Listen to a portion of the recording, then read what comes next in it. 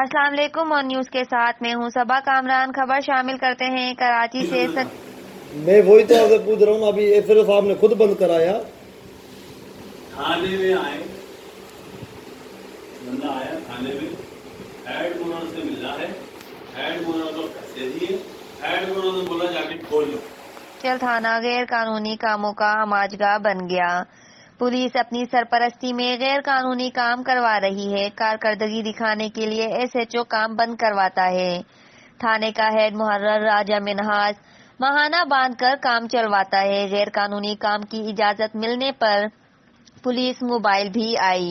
Police mobile میں موجود اہلکاروں نے خیر خیریت معلوم کی۔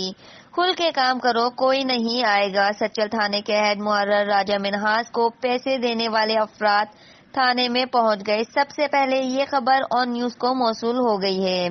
ویڈیو میں دیکھا جا سکتا ہے اور ایک شخص ہیڈ محرر راجہ منہاس پر پیسے دینے کا الزام لگا رہا ہے۔ ہیڈ محرر راجہ منہاس نے پہلے 10,000 ایڈوانس کی مد میں لیے، 4,000 ماہانہ دینے پر غیر قانونی کام کی اجازت دے دی۔ ایس ایچ او سچل نے غیر قانونی کاموں کی ذمہ داری ہیڈ محرر صاحب کو سونپ رکھی ہے۔ رپورٹ کر رہے ہیں کرائم رپورٹر اختر افضل، آن نیوز، کراچی۔